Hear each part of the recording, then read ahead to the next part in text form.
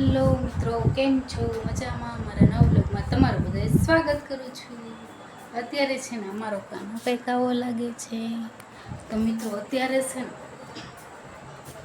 બહુ એટલું તો પવન નથી. મમ્મી બહાર બેસી ગયા છે અને તમને આમ જો મિત્રો સામેના ઘરમાં બિલાડી જો ઊભી જો બિલાડી ઊભી જો મમ્મી આમ જો જોયું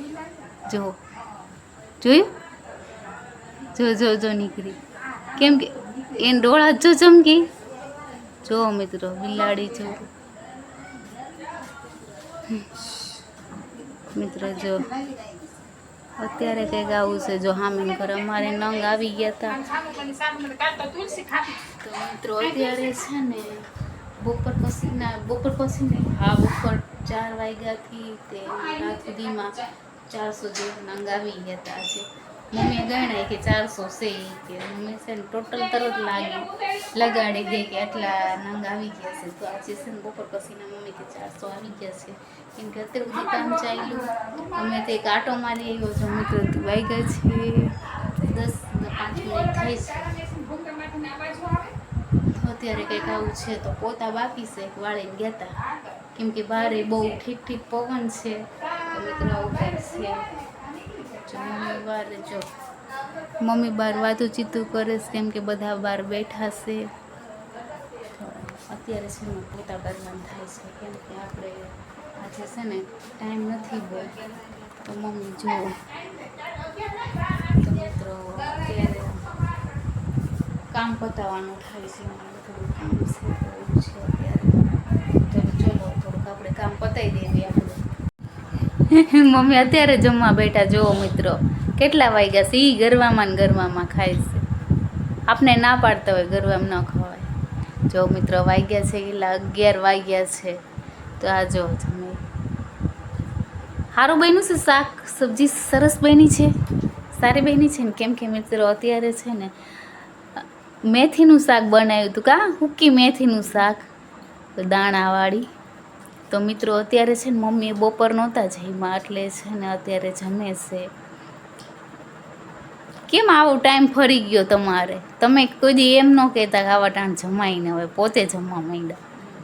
મિત્રો અમારા મમ્મી જ કહેવાવાળા એ કે રાતે ન જમાય. આ જુઓ આ પોતે જ રાતે જમે છે. ન જમાય રાતે. ભૂખ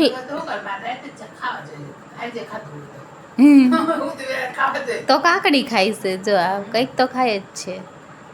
કેમ કે શાક સારું હતું. મમ્મીને મારે છે સેવ ટમેટાનું શાક નહોતું ખાવું.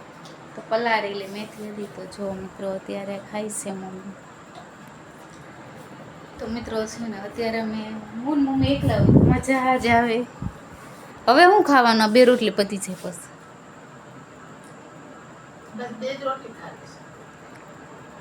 મેથીનું શાક બધું ખાઈ જાજો. સારું જ છે. મસ્ત શાક છે. શાક સારું બનાવ્યું. મિત્રો અત્યારે છે ને રીલ્સ ઉતારું છું. તો અત્યારે છે ને મમ્મી બહાર હતા. તો જો એ જમવા બેસી ગઈ કે શું થશે? મેં તો શું થશે? કે અત્યારે જમે છે 11 વાગે. કેમ ચાંદલો નથી કપાડે? નીકળી ગયો. ઠેક વાંધો નહીં. ચલો જમી લો. બીજું હું રાતે 11 વાગે તો 11 વાગે. ચલો તારે મિત્રો જો મમ્મી સૂઈ ગયા છે અત્યારે. એમને કે તું આ બધો હંકેલો કરી નાખી કે મને આવે છે નીંદર. કે બહુ નીંદર ચડી છે.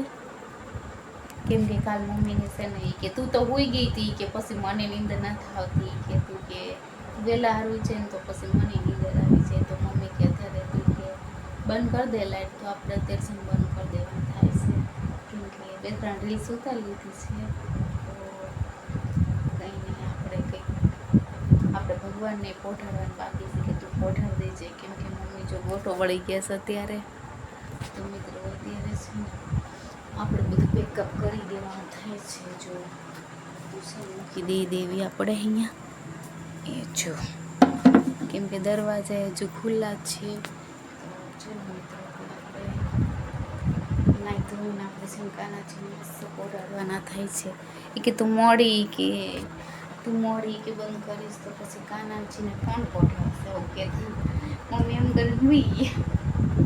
તો ચલો મિત્રો આપણે મમ્મીની નીંદર છે ને ડિસ્ટર્બ નથી કરવાની થતી, કેમ કે કાલે એમને ઉજાગરો થયો હતો. તો આજે આપણે છે ને જલ્દી લાઈટ બંધ કરી દેવી.